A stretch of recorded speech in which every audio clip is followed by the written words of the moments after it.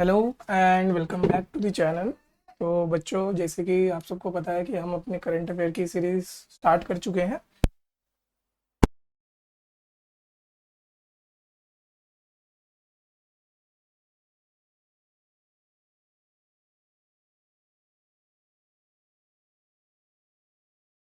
जाती है जो बच्चे सीएपीएफ की तैयारी कर रहे हैं वो भी, और कुछ एस्पिरेंट्स ऐसे भी होंगे जो सीएपीएफ के साथ साथ सीडीएस की भी तैयारी कर रहे होंगे। तो ये दोनों के लिए बहुत इंपॉर्टेंट हो जाती है। तो आपको इसमें सीडीएस का भी कंटेंट देखने को मिलेगा। तो मैंने फोकस करा है कि दोनों एग्जाम एक साथ कवर हो जाएं, इसलिए थोड़ा टाइम लग गया। तो चलिए सबसे पहले स्टार्ट करते हैं। कोनरू हम्पी, इन्होंने क्या किया है, इन्होंने सिल्वर मेडल जीता है किसमें, वर्ल्ड रैपिड चेस चैंपियनशिप में। तो ये आपको ध्यान रखना है। आपके जैसे सीडीएस के एग्जाम हो गए, सीएपीएफ में आ जाता है ना कि नाम लिख देंगे भैया कोनरू हम्पी, ये महिला बताइए कौन से स्पोर्ट्स से रिलेटेड है। तो आपको ध्यान रखना होगा कि ये चेस से रिलेटेड है। क्लियर। और इन कौन से मतलब चेस के भी कई सारे प्रकार होते हैं। तो ये कौन सा चेस खेलती है, ये खेलती है रैपिड चेस। क्लियर। तो ये आपको अच्छे से याद रखना है। तो कोनरू हम्पी जब भी नाम आएगा आपको क्या याद रखना है, चेस। ओके, नेक्स्ट हम चलते हैं। ये जो आपका चेस चैंपियनशिप हुई है, ये कहाँ पर हुई है, ये हुई है आपकी उज्बेकिस्तान में। सबसे पहले तो आपको ये ध्यान रख लेना है। अब जब उज्बेकिस्तान की बात आ रही है तो आपको सेंट्रल एशिया याद आना चाहिए। ओके, सेंट्रल एशिया, और सेंट्रल एशिया के कुछ देश हैं। जैसे आपको मैं एक होमवर्क देता हूँ, आप क्या करिए, जितने भी सेंट्रल एशियन कंट्रीज हैं जैसे कि उज्बेकिस्तान, ठीक है, कजाकिस्तान, तुर्कमेनिस्तान, ओके, इसके बाद आता है आपका किर्गिस्तान एंड कजाकिस्तान। तो इन सब की आप क्या कर लीजिएगा, कैपिटल, ये हो जाएगा आपका मैपिंग का पार्ट। ऑलरेडी अगर मैं ट्राई करूँगा, मुझे टाइम मिला तो मैं ऐसी एक वीडियो आपके लिए ज़रूर लेके आऊँगा जिसमें मैं मोस्ट इंपॉर्टेंट मैपिंग एरियाज़ को मार्क करके आपको बता पाऊँ। बट अगर मैं वो वीडियो नहीं ले पाया तो आपके लिए ये एक होमवर्क समझ लीजिए कि आप इसमें मैपिंग कर सकते हैं। और देखिए, जब आप मैपिंग करेंगे तो आपको खुद में कॉन्फिडेंस आ जाएगा कि ओके, कुछ क्वेश्चंस अगर इनमें से फंस गए तो आपके लिए अच्छा हो जाएगा इन दी एग्जामिनेशन हॉल। ओके, तो ये आपको ध्यान रखना है। फिर नेक्स्ट आता है गुजरात। देखिए, गुजरात बहुत ज़्यादा फेमस रहता है अपनी वेरियस कल्चरल एक्टिविटीज़ के लिए।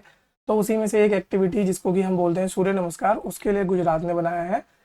वो गुजरात का नाम ऐड हुआ है Guinness book of world record में। तो ये आपको सबसे पहले याद रखना है। तो ये आप ध्यान रखिएगा। अच्छा, जब हम सूर्य नमस्कार की बात करते हैं तो बेसिकली होता क्या है, इसमें टोटल 12 पोस्चर्स होते हैं और ये एक वैदिक प्रैक्टिस है, यानी कि एक वैदिक योगा है। तो ये ध्यान रखिएगा, एक योगा प्रैक्टिस है जिसमें कि लगभग लगभग 12 आसन है। इसको जो सबसे पहले रिकॉर्ड किया गया था, सबसे पहले किया गया था, देखिए यहाँ पे जो 12 आसन होते हैं ना, ये सूर्य के यानी कि सन के पोस्चर के हिसाब से होते हैं, सन की पोजीशन को डिपिक्ट करते हैं। तो ये आपको ध्यान रखना है। और इसकी जो पॉपुलैरिटी मिली थी, सबसे पहले ये करवाई गई थी भवन राव श्रीनिवास राव पंत प्रतिनिधि। ओके, ये थे आपका राजा ऑफ औनद। क्लियर, इसको आपको ध्यान रखना है। लेटर ऑन इस योगा को अडॉप्ट किया गया था कृष्णमाचार्य जी, जो कि मैसूर के थे। ये आपको ध्यान रखना है। फिर एक आता है UBT sportsman athlete of the year award, ये गया है आपके विराट कोहली को। इन्होंने हराया किसको है, लियोनेल मेसी। तो ये एक मोस्ट इंपॉर्टेंट चीज़ हो जाती है। अच्छा, इसमें मैं बता देता हूँ आपको, ये बेसिकली ये जो अवार्ड है ये इंडियन एथलीट्स पे ज़्यादा फोकस। क्लियर, तो इंडियन एथलीट्स पे आप इसमें फोकस देखने को मिलेंगे। इसी वजह से इसमें ज़्यादातर जो पास्ट विनर भी रहे हैं वो सारे के सारे कौन रहे हैं, इंडियंस रहे हैं। जैसे देखिए 2023 में विराट कोहली, 2022 में रोहित शर्मा, 2021 में नीरज चोपड़ा। क्लियर, ये प्रेजेंट किया जाता है। पीवीटी एक्सपोर्ट मार्केटिंग कंपनी है, ब्रांड मैनेजमेंट कंपनी है, जो कि बेसिकली इंडियन मार्केट को फोकस करती है। तो दैट्स वाई जितने भी इंडियन एथलीट्स हैं वही इसमें लाइमलाइट में रहते हैं। क्लियर। नेक्स्ट हम बात कर ले, ब्रिक्स में ऐड होने जा रहे हैं कुछ नए मेंबर्स। तो अभी जो ब्रिक्स के नंबर हैं वो लगभग लगभग डबल हो जाएंगे। अभी फिलहाल ब्रिक्स में कितने मेंबर है, 5 मेंबर है। जैसे पहला हो गया Brazil, second Russia, India, China and south Africa. अब इसमें और कौन ऐड होने जा रहे हैं, तो इसमें ध्यान रखिएगा Saudi, Argentina, Egypt, Ethiopia, Iran and UAE. अब आप खुद देखिए कि मतलब कितना कॉम्प्लेक्स हो जाएगा ब्रिक्स की वर्किंग की। जो राइवल कंट्रीज हैं वो इसमें ऐड हो रही हैं, जैसे सऊदी और ईरान। देख पा रहे हैं आप, तो एक तरीके से राइवल कंट्रीज हैं। यहाँ देखिए ब्राज़ील और अर्जेंटीना।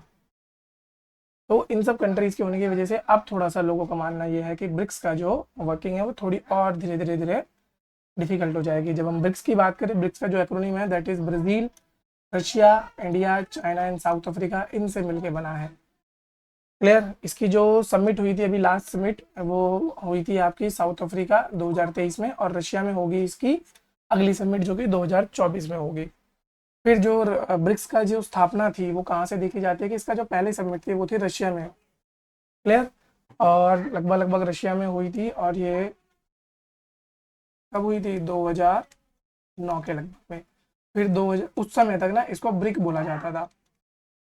फिर 2010 जैसे ही आता है, ओके, जब 2010 आता है तो इसमें एक और कंट्री जुड़ जाती है, दैट इज रशिया। उसके बाद इसको बोला जाने लगा, रशिया नहीं, साउथ अफ्रीका, दिमाग में पता नहीं क्या चलता है अभी। इसे बोलते हैं हम साउथ अफ्रीका। रशिया तो सबसे पहले से ही है, ठीक है। उसी के बाद से इसको ब्रिक्स बोला जाने लगा। जब हम सिक्स ब्रिक्स समिट की बात करेंगे तो उसमें हुआ था एक फर्टिलाइजर डेवलपमेंट या फर्टिलाइजर एग्रीमेंट, जिसके अंदर आपका न्यू डेवलपमेंट बैंक की स्थापना हुई। तो NDB की जो स्थापना हुई थी वो कब हुई थी? सिक्स ब्रिक्स समिट में, जो कि कब हुआ था? 2014 के लगभग में आपका हुआ था। ओके ओके, तो नेक्स्ट न्यूज़ पे चलते हैं। नेक्स्ट न्यूज़ है दिव्या कला मेला, जो कि कहाँ पर हुआ है? सूरत में हेल्ड हुआ है। और ये बेसिकली किनके है? Person with disability. क्लियर। उनकी जो भी कलाएं हैं उनको आगे लाने के लिए, तो उसके लिए ये मेला कराया गया है। ये लगभग लगभग हर साल ही होता है। तो इस साल ये कहाँ पर हुआ है? सूरत के आसपास हुआ है। तो ये आपको ध्यान रखना है। बेसिकली ये किस चीज़ को प्रमोट कर रहा है? क्राफ्टमैनशिप, और जो भी प्रोडक्ट्स बनाए गए हैं दिव्यांग लोगों के द्वारा, उन चीज़ों को प्रमोट कर रहा है। अब जब भी आप इस तरह की चीज़ों के बारे में पढ़ेंगे तो आपको एक मिनिस्ट्री हमेशा ध्यान रखनी है, उसमें आती है मिनिस्ट्री ऑफ सोशल जस्टिस। ध्यान रखना, इस तरह के क्वेश्चन बहुत बार आपके एग्जाम में आपको देखने को मिलेंगे कि कौन सी मिनिस्ट्री है। तो आपको ध्यान रखना है यहाँ पे कौन सी मिनिस्ट्री है? Ministry of social justice. Okay. फिर यहाँ पर बात कर लेते हैं, एक पहला ऑल गर्ल सैनिक स्कूल बनाया गया है, और ये कहाँ पे सेटअप किया गया है? ये वृंदावन यूपी में सेटअप किया गया है। बेसिकली ये पार्ट है आपका NEP का, जो न्यू एजुकेशन पॉलिसी 2021 के लगभग में आई थी। अच्छा, अगर आपको याद है कौन सी कमेटी के ऊपर बेस्ड थी है, वो ज़रूर आप एक बार कमेंट बॉक्स में लिख के बताना, क्योंकि कमेटीज़ बहुत इंपॉर्टेंट हो जाती हैं। अच्छा, इससे पहले जो कमेटी आई थी वो बहुत पुरानी कमेटी थी, इसलिए NEP में बहुत रिवॉल्यूशनाइज चेंज हुए हैं। हमारा जो एजुकेशन सिस्टम है वो पूरी तरीके से चेंज हुआ है। तो उसी के तहत इंक्लूसिव एजुकेशन की बात करी गई है। ओके। इंक्लूसिव एजुकेशन का मतलब या जेंडर इक्वालिटी वाला एजुकेशन, जिसमें महिलाएं को भी मतलब ऐसी चीज़ें, ऐसे डिपार्टमेंट्स या ऐसे इंफ्रास्ट्रक्चर बनाया जाएगा जिसमें कि महिलाएं भी बढ़ चढ़कर स्कूलों में पार्ट ले सकें। क्योंकि जब आप पढ़ोगे, एक रिपोर्ट आती है आपकी असर रिपोर्ट, ठीक है, जब आप उसको पढ़ोगे, प्रथम NGO के द्वारा निकाली जाती है, उसमें 12th के बाद या 10th के बाद बहुत ज़्यादा ड्रॉप आउट देखने को मिलता है अमंग गर्ल्स। और इस ड्रॉप आउट के कुछ कारण उन्होंने आइडेंटिफाई करे थे। उनमें से एक मेजर कारण तो यह है कि इंफ्रास्ट्रक्चर, क्लियर, कि इंफ्रास्ट्रक्चर उतना अच्छा नहीं है, तो उस वजह से भी ड्रॉप आउट देखने को मिलता है। फिर हम बात कर लेते हैं जॉइंट मिलिट्री एक्सरसाइज, जो कि किस किस के बीच में हुई है? इंडिया और UAE के बीच में हुई है। इस मिलिट्री एक्सरसाइज का नाम क्या है? इस मिलिट्री एक्सरसाइज का नाम है डेजर्ट साइक्लोन। क्लियर, ये आपको ध्यान रखना है, डेजर्ट साइक्लोन। जब मैं बात करूं इसी नाम से आपके बहुत सारी, कि डेजर्ट साइक्लोन, और आप जब देखोगे डेजर्ट नाम से जब भी आपको देखने को मिलेगा तो यहाँ पर ज़्यादातर जो एक्सरसाइज होंगी वो किसके साथ होंगी? UAE के साथ। तो अगर आप बात करें UAE के साथ, अगर एरियल वेरिएंट की बात करें तो उसका होता है डेजर्ट ईगल। क्लियर, तो डेजर्ट ईगल। फिर एक और आती है आपकी डेजर्ट नाइट। ये भी मैं आपको बताऊंगा, डेजर्ट नाइट में भी आपका UAE एक वन ऑफ द पार्टी होती है, तो ये आपको ध्यान रखना है। फिर आता है यूपी का फर्स्ट फ्लोटिंग रेस्टोरेंट, जो कि कहाँ पर इनागोरेट किया गया है? प्रयागराज में किया गया है। तो बेसिक एक फैक्ट है, आ गया तो आगे एग्जाम में, नहीं आया तो नहीं आया, तो इतना ज़्यादा इस पर टेंशन लेने की ज़रूरत है नहीं। आगे चलते हैं। PM विश्वकर्मा स्कीम, मैंने लास्ट भी आई थिंक वीडियो में बात करी थी। जो PM विश्वकर्मा स्कीम है ये किसके लिए है? ये MSME वर्कर्स के लिए है। ओके। बेसिकली जो ट्रेडिशनल आर्टिशियंस हैं, जो क्राफ्ट्समैन हैं, उन लोगों को क्रेडिट प्रोवाइड करना है हमें, क्या क्रेडिट, क्योंकि आफ्टर कोविड हमने एक चीज़ नोटिस करी है कि इन लोगों की जो क्रेडिट अवेलेबिलिटी है उसमें बहुत कमी आई है। तो उस चीज़ के लिए आपका पीएम विश्वकर्मा स्कीम बनाई गई है। अब यहाँ पर इसमें नया डेवलपमेंट क्या हुआ है, नया डेवलपमेंट ये हुआ है कि जम्मू कश्मीर बना है पहला यूटी जिसने पीएम विश्वकर्मा स्कीम को इम्प्लीमेंट किया है। तो आपको ये ध्यान रखना है कौन सी स्टेट है वो, और सॉरी कौन सा यूटी है, जम्मू एंड कश्मीर। जेएनके को स्टेट बोलने की इतनी आदत हो गई, क्या करे। ओके, तो France become first EU country to provide fully digital Schengen visa for Paris Olympics. अब देखिए यहाँ पे पेरिस ओलंपिक्स होने जा रहे हैं, क्लियर।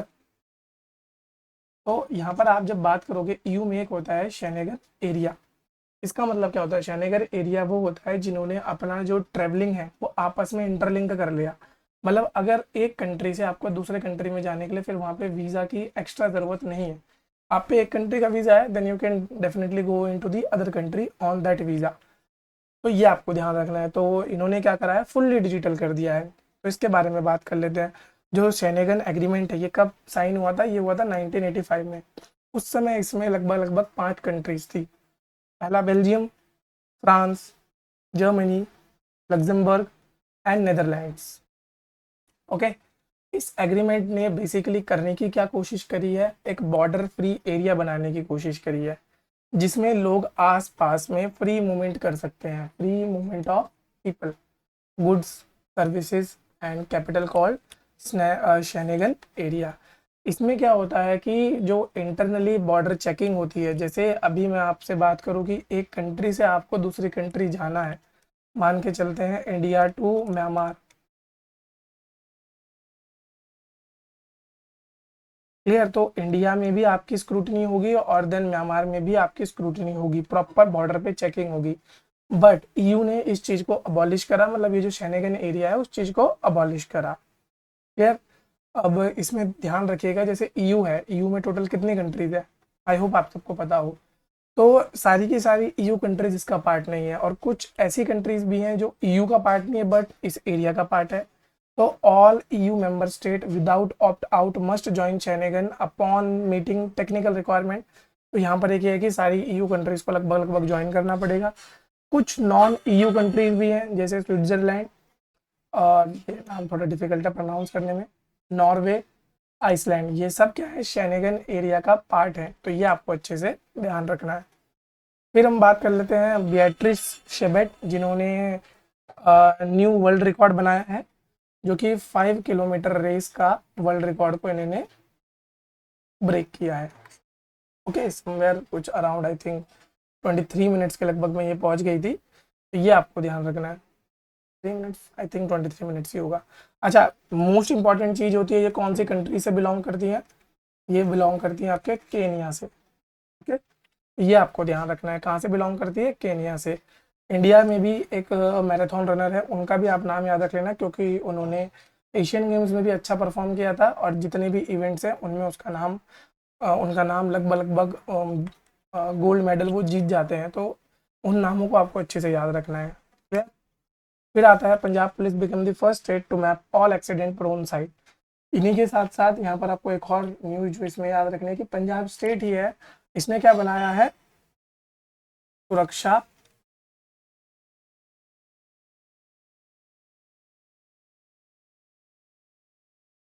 सहयोग, ठीक है, सुरक्षा सहयोग करके एक विंग बनाया है जो कि पंजाब पुलिस का ही एक विंग है। इसमें बेसिकली होगा क्या, ये रोड एक्सीडेंट को कम करने की तरफ इनकी एक पहल है।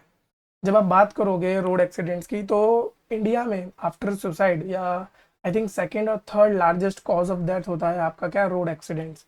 और ये मतलब आप ये समझ सकते हैं कि अगर किसी की डेथ होती है रोड एक्सीडेंट में तो उनकी फैमिली के ऊपर बहुत ज़्यादा बर्डन आ जाता है। तो इसीलिए कि हमारी जो रोड्स हैं उनको जितना ज़्यादा हो सके सेफ बनाने के लिए क्या कर रही है, वेरियस गवर्नमेंट डिफरेंट डिफरेंट प्रयास कर रही है। उसी में एक प्रयास ये पंजाब गवर्नमेंट की तरफ से है, जिसमें कि उन्होंने गूगल मैप्स में ही लिंक कर दिया है कि ओके यहाँ पर एक एक्सीडेंट, जैसे ये देख रहे हो यहाँ पे ब्लैक स्पॉट, ये एक एक्सीडेंट प्रोन साइट है। तो आपको पहले ही पता लग जाएगा क्योंकि आपको स्लो जाना है, क्लियर। फिर आता है इंडिजिनस फास्ट ब्रीडर रिएक्टर, जो कि सेटअप होगा कहाँ पर, तमिलनाडु में। अब देखिए तमिलनाडु में आप ध्यान रखना ये कहाँ पर हुआ है, कुंदकलम जो न्यूक्लियर पावर प्लांट है ना वहाँ पर सेटअप होगा। अब मतलब जो न्यूक्लियर स्टेजेस हैं हमारे यहाँ पर ध्यान रखिएगा आप, 3 स्टेज का न्यूक्लियर प्रोग्राम है। क्लियर, 3 स्टेज न्यूक्लियर प्रोग्राम है जो कि किन के द्वारा सेटअप किया गया था, बाय होमी जहांगीर भाभा, जिनके ऊपर ही आपका भाभा एटॉमिक रिसर्च बार्क का नाम पड़ा है, ये आप ध्यान रख लीजिएगा। तो 3 स्टेज न्यूक्लियर पावर प्लांट होता क्या है उसको समझ लेते हैं। इसमें हम क्या करेंगे, लॉन्ग टर्म एनर्जी सिक्योरिटी की बात कर रहे हैं कि लंबे समय पे हम किस तरीके से एनर्जी सिक्योरिटी ला सके और खुद को सस्टेनेबल बना सके। अब इसमें 2 चीज़ें मेनली यूज़ करी जाएंगी, पहला होगा यूरेनियम, दूसरा होगा थोरियम। देखिए अगर मैं थोरियम की बात करूँ तो थोरियम तो इंडिया में बहुत ज़्यादा है, लगभग लगभग one of the largest India में पाया जाता है, कितना 25%। बट जब हम यूरेनियम की बात करते हैं तो यूरेनियम बहुत कम है इंडिया में, मतलब ना के बराबर है, तो हमको यूरेनियम इम्पोर्ट करना पड़ता है। तो चलिए आपसे एक सवाल ये हो गया कि वर्ल्ड का लार्जेस्ट रिजर्व यूरेनियम का कहाँ पर पाया जाता है। ओके, तो देखिए अब जो हमारा 3 स्टेज न्यूक्लियर पावर प्रोग्राम है उसमें 3 स्टेजेस कौन कौन सी है। पहला होता है PHWR। इसमें क्या होगा, PHWR में प्रेशराइज्ड हैवी वाटर रिएक्टर। इसमें बेसिकली करा क्या जाता है, न्यूक्लियर जैसे यहाँ पे रॉड्स डाल दी गई, ऐसे यूरेनियम की ना रॉड्स डाली गई, वो क्या करेंगे उन पे अल्फा पार्टिकल की बम्बार्डमेंट कराएंगे तो वो हीटअप होगा, और इस हीटअप होने की वजह से इसके आसपास क्या करेंगे, हम यहाँ पे हैवी वाटर डाल देंगे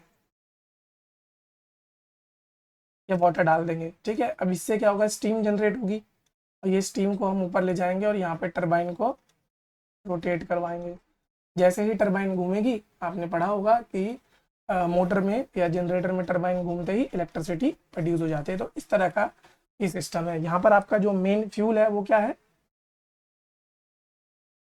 यूरेनियम 295। अच्छा, 295 क्या होता है, बेस्ट ग्रेड यूरेनियम होता है। नॉर्मली जो आपको यूरेनियम नेचर में मिलता है दैट इज यूरेनियम 298। तो इसमें से पहले आप एनरिच करोगे यूरेनियम 295 को, देन इसको एज अ फ्यूल सेल की तरह हम यूज़ करेंगे। सेकेंड स्टेज आ जाती है that is your fast breeder reaction. अब इसमें क्या होता है, इसमें आप डालते हो प्लूटोनियम। क्लियर। अच्छा, फास्ट ब्रीडर की एक खासियत है कि जितना आपने डाला उससे ज़्यादा आपको प्रोड्यूस होगा। मतलब आपने यहाँ पे अगर 100 ग्राम ऑफ प्लूटोनियम डाला है तो यहाँ पर जब आप प्लूटोनियम देखेंगे at the end of the reaction ये 200 ग्राम हो चुका होगा। रफली एस्टिमेट के हिसाब से बता रहा हूँ कि यानी कि जितना आप इसमें इनपुट डालोगे उससे ज़्यादा इसमें आउटपुट निकलेगा। क्लियर, ये आपको ध्यान रखना है। और साथ साथ इसमें क्या यूज़ होगा, थोरियम यूज़ होगा। तो पहली बार हम इस प्रोजेक्ट को या इस कैपेसिटी को एनरिच कर पाए हैं। फिर थर्ड स्टेज की बात आती है तो वहाँ पर अगेन यूरेनियम डालेंगे और यहाँ पर आपका ब्रीडर रिएक्टर होगा, ये आपको ध्यान रख लेना है। ओके, तो थोरियम इस पर्टिकुलरली मैंने बता दिया आपको थोरियम क्यों हमारे यहाँ है, क्योंकि बहुत ज़्यादा है। तो अच्छा एक चीज़ और देख लेना, स्टेट वाइज ये मैंने नहीं डाला, मैंने 2 चीज़ें आपसे पूछी है। पहला तो कंट्री वाइज रिजर्व किसका, यूरेनियम का, फिर स्टेट वाइज थोरियम का। अगर आप सीरियस होंगे अपने एग्जाम के लिए तो आप ये 2 एक्सरसाइज तो जरूर करेंगे करेंगे। ओके, फिर 10th सेंचुरी का कदम्बा इंस्क्रिप्शन मिला है कहाँ पे, महादेव टेम्पल गोवा में। तो पहली चीज़ तो आप यहाँ से समझ पाएंगे कि महादेव टेम्पल अगर आप कहीं सुने तो वो कहाँ पाया जा रहा है, महादेव टेम्पल आपका गोवा में पाया जा रहा है। और वहाँ से क्या मिला है, 10th सेंचुरी का इंस्क्रिप्शन जो कि 2 भाषाओं में लिखा है, पहली तो कन्नड़ और दूसरी संस्कृत। ओके, तो ये आपको अच्छे से याद रखना है। नेक्स्ट और बहुत important news that is Prerna program. ये प्रेरणा प्रोग्राम है किस चीज़ के लिए, एक एक्सपेरिमेंटल लर्निंग प्रोग्राम है जिसमें कि बच्चों को with the use of AI हम पढ़ाएंगे और यहाँ पर इनको मोटिवेट किया जाएगा ताकि वो एआई का यूज़ करना सीख पाएँ कि आगे जाके उनको मतलब एआई में डेवलपमेंट करने की तरफ उनका इंटरेस्ट जनरेट हो और ज़्यादा से ज़्यादा लोग इस फील्ड की तरफ बढ़े। तो ये आपको ध्यान रखना है। इसको लॉन्च किसने किया है, मिनिस्ट्री ऑफ एजुकेशन ने। ओके, अच्छा ध्यान रखना, मिनिस्ट्री ऑफ एजुकेशन का जो पुराना नाम है वो क्या था, मिनिस्ट्री ऑफ एचआरडी। बहुत से बच्चे भूल गए होंगे तो उनका जस्ट एक क्विक रिकैप करा देता हूँ। पहले मिनिस्ट्री ऑफ एचआरडी कहा जाता था, उसी का नाम चेंज करा गया था, तो मिनिस्ट्री ऑफ एजुकेशन कर दिया गया था। एचआरडी मतलब human resource development. Okay. adidas ने सेटअप करी है पहली ग्लोबल कैपेसिटी सेंटर और इन एशिया, कहाँ पर, तमिलनाडु में। तो एक तो चाइना में उनका है ही आई थिंक, और चाइना में भी ईस्ट साइड पे है शायद, नहीं चाइना में चलो देखेंगे वो है कि नहीं है, बट एशिया की पहली जीसीसी कहाँ पे सेटअप हुई है, तमिलनाडु में। और तमिलनाडु के भी कौन सी सिटी में, चेन्नई में। ओके, तो ये आपको ध्यान रखना है, कहाँ पर सेटअप हुई है, तमिलनाडु के चेन्नई में। फिर बात कर लेते हैं first DGP of Maharashtra, women DGP of Maharashtra, जिनका नाम है आईपीएस रश्मि शुक्ला। मैंने लास्ट वीडियो में आपको बताया था DG of, first women DG of CISF कौन थी, क्या नाम था उनका, ठीक है। तो ये आपको यहाँ पे लिख के बताना है क्या नाम था उनका, तो ये मैं आपके लिए होमवर्क छोड़ रहा हूँ। फिर हम बात कर लेते हैं, इसरो ने सक्सेसफुली टेस्ट किया है फ्यूल सेल को। तो सबसे पहले तो एक इम्पॉर्टेंट आपके लिए फ्यूल सेल समझेंगे आज हम। और दूसरा उन्होंने कहाँ पर टेस्ट किया है, पोयम 3 प्लेटफॉर्म पे। तो इन दोनों के बारे में बात कर लेते हैं। तो ये जो पोयम 3 प्लेटफॉर्म है, ये किसने लॉन्च किया था, ये इसरो ने लॉन्च किया था। क्लियर, इसे बोलते हैं पीएसएलवी ऑर्बिटल एक्सपेरिमेंटल मॉड्यूल 3। ये क्या है, एक तरीके की स्पेस लेबोरेटरी है।